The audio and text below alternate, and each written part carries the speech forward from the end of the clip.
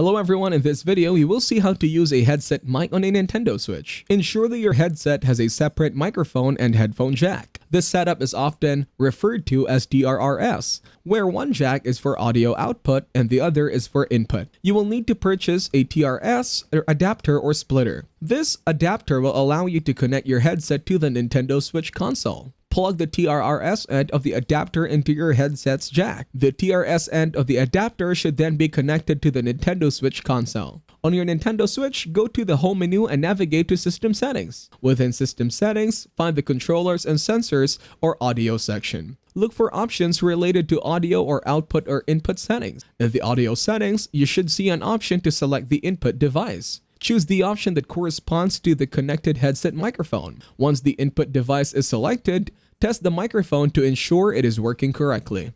You can do this by using the Nintendo Switch's built-in voice or feature by accessing a game that supports voice chat.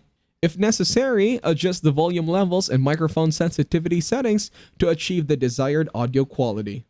If you found this video helpful, you can thank me with a like and subscribe to the channel. See you in another video.